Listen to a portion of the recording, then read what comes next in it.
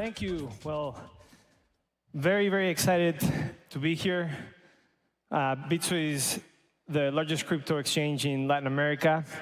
And today I wanted to talk to you about why money is broken. And so let's start with this guy, Julio Cesar. It's 2001. He's 38 years old. He has about $200,000 saved, money that he has saved to fulfill his dreams, money that he's been working for to fulfill his dreams. He's living in Argentina, and one day he wakes up and he's unable to access his money. See, the government had put in place something called El Corralito, which prevented Argentines, a country of over 40 million people, to basically access their money. By the time this crisis was over, Julio Cesar had lost about 65% of his savings. And you may say, okay, well, this is maybe something that happens in Argentina. So let's look at where we are today. This is Brazil in the 90s. Some of you may remember this, Plan Color. Over $100 billion of savings across the country were suddenly held hostage by policy, and people couldn't access their savings. Again, the money that they worked so hard to end, the money that they worked so hard to basically fulfill a dream, suddenly from one day to the next, unable to access it. And that is the first point that I want to make on why money is broken. In a more digital world, where we need money and we want money to be digital, what is the control that we're giving up if suddenly governments or institutions are able to take away access from it? And you may say, well, this is something that may only happen in third world countries or developing nations or in LATAM. But just over a year ago in the United States, entrepreneurs and individuals were suddenly locked out of their money that they held at Silicon Valley Bank. And in the case of Silicon Valley Bank, that crisis lasted for about a weekend. But I have friends who had the worst weekend of their life when they suddenly couldn't get access to their money. So now, the second point that I want to make on how money is broken is the loss of power, of purchasing power of our money. And so for the first example, I just want to take you to Mexico. 1994, we call these the mistake of December. A public policy change basically made the Mexican peso devalue by about half against the US dollar overnight. So people who had debt in US dollars but were producing in US pesos suddenly had to pay twice as much money. And I remember as a kid, the world kind of changing in December of 1994. And friends who suddenly had parents who couldn't really afford traveling anymore because they've just lost a ton of value. In a much more accelerated case, you have the case of Venezuela, where you may not want to do this for sanitary reasons, but it's actually cheaper to clean yourself with paper bills in Venezuela than it is to buy a roll of toilet paper. And if you look at the cases across LATAM, it's kind of the same. This is the exchange rate of the Brazilian real against the US dollar over the last 10 years. If you were saving in Brazilian reais, you have lost 56% of your purchasing power against the US dollar over the last 10 years. In Argentina, this is extreme at 99%. But just think about it. This is insane. It's crazy. Losing 99% of your value over a course of 10 years if you were saving in local currency. In the case of Colombia, it's close to 50%. When I talk to people about this, a few folks usually tell me well, but the fact is that the US economy is just so strong. And they think that the reason why their currencies are devaluating is because the US dollar is very strong. But to illustrate how even the US dollar is losing a ton of value, this is a chart or maybe a slide on the price of a Big Mac in the United States for the last 24 years. So in the year 2000, you had to spend $2.24 to buy a Big Mac, and that today is $5.69. That means that if you were saving, this is obviously just an example, but if you were saving in 2000 for a Big Mac in 2024, now you suddenly can only afford half of that burger. right? Like, currency is devaluating. And it's devaluating because you, as a citizen of a country, you have very little power or influence over the monetary policy that your country sets forth. And governments have the ability to print money. And when you print or you make more of something out of nothing, that tends to just lose value. But what does the future look like? So before we head into the future, let's look a little bit about the past of money, right? So money is this thing that has existed forever. It's been intricately related to us as long as we know. The very, very first things that we wrote as human beings in Sumeria 3,000 years before Christ were actually credits and debits. Basically, people keeping track of who owed what to who. That's the first things that we wrote as humans were that, like basically credits and debits, right?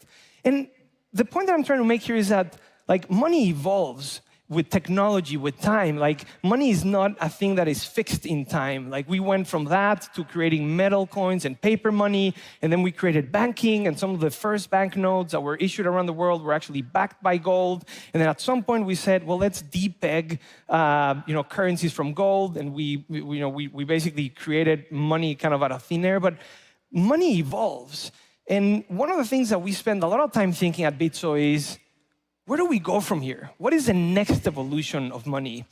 But before I get to that, what is money, right? So when you talk to experts about money, there's three basic functions of money. The first thing is that it's a unit of account. Actually, our current money, except if you're in places with hyperinflation, like Lebanon or Argentina or Venezuela, most money does a good job. Unit of account is basically knowing how much something is going to cost and knowing that that value is not going to fluctuate significantly. The same thing is a store of value. So I just kind of gave you a bunch of examples of how our current money, which we don't often realize, it's actually losing a ton of value if you just look with a longer time horizon. And 10 years is not a ton of time, right? Like, I'm hoping many of you will live many, many decades. And so I showed you the history of about 10, maybe 24 years in the case of the Big Mac. But our current money is not doing a great job at being a store of value. And then the third thing that money needs to do is it needs to be a medium of exchange, right? And in this sense, like with the advances of technology, fintech, money is moving around much faster. People are able to make payments. Some of these payments are turning global. Super interesting stuff, like the ability to use your money to make payments. Not great when it's, when you lose access to it. Actually, really bad when you lose access to it. But technology, the digital world has kind of like sped up money. And so when we think about where does money need to go, we think about digital, right? Like money needs to be digital. No one wants to go back to their physical bank. No one wants to be dealing with cash and change and all that stuff, right? You want money to be global. You want money to be part of the digital age, part of the internet, built for the internet maybe. Like, now with the rise of AI, like, do we want money that machines can understand? That seems intuitively right to us. We think money needs to be limited. We think that there were no good technology available years ago when banking came about and when central banking came about. And this has created a ton of abuse, and a lot of currencies, as I showed, have lost a lot of value. And one of the biggest points that we talk about on money being broken is the fact that it's unlimited or seemingly unlimited supply makes it for frankly, abuse and the ability for people or governments to devalue currencies, to fund stuff, right? Think about where we are today. We're in a world with significant geopolitical risk.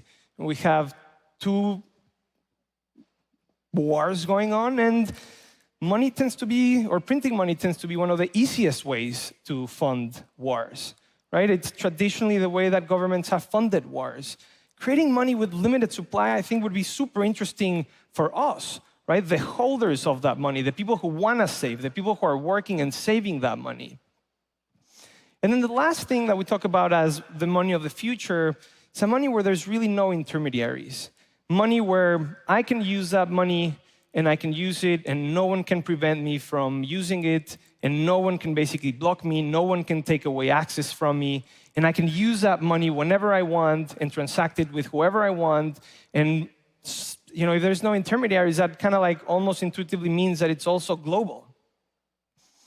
And so when we look at digital, limited supply, no intermediaries, It's kind of crazy. I mean, this thing is really what kind of Bitcoin came to be. That's what Bitcoin really is. Bitcoin was invented 15 years ago, and it has all of these properties of money. Bitcoin went a few years ago, 15 years ago, as something that a few enthusiasts were interacting with. Maybe people who were interested in cryptography and money and computers and whatnot. And now you basically have the largest asset manager in the world, BlackRock, who has an ETF that they're actively trying to sell to the world. The evolution of Bitcoin has been fantastic. And one of the biggest criticisms that Bitcoin gets is that it's highly volatile. And yes, it's been a highly volatile asset. I made this slide last week when Bitcoin was 70,000, and this morning it was $62,000 to a Bitcoin. So a fair amount of volatility. But as we think about the three things that money needs to do, we think Bitcoin is an excellent store of value, and that is the reason why most people have adopted Bitcoin. That's the reason why you have BlackRock selling Bitcoin to folks. Over a long period of time, it's impossible to deny Bitcoin's ability to basically store value, especially vis-a-vis fiat currencies.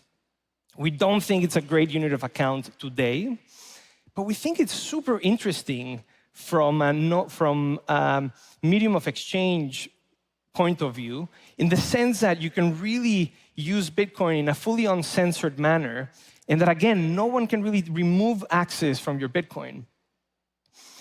And it doesn't take a lot to see the stories of Syria and Lebanon and these countries that go through a significant amount of pain, and the role that Bitcoin played for a few individuals.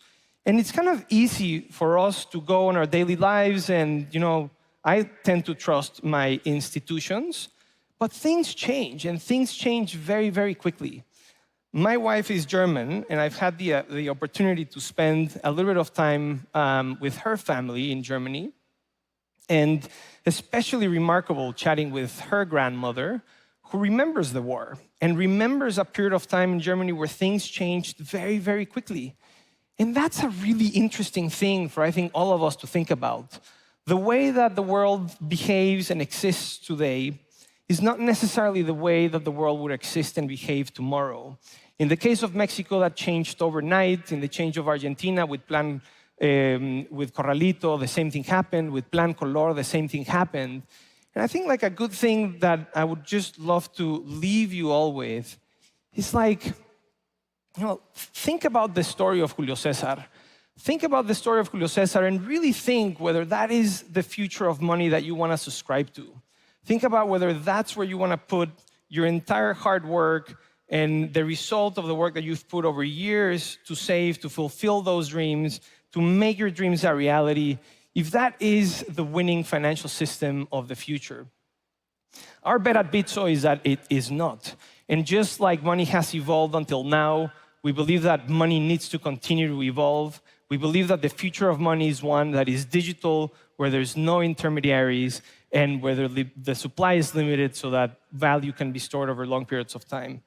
And if you found this intriguing in any way, shape, or form, or you're curious about it, invite you to dig in a little deeper. As I said, 15 years ago, a few enthusiasts were looking into this, and now you have the largest asset manager in the world, BlackRock, asking folks to invest in this technology. There's a reason for this. Thank you so much. I hope you enjoy this and enjoy the rest of Web Summit. Thank you.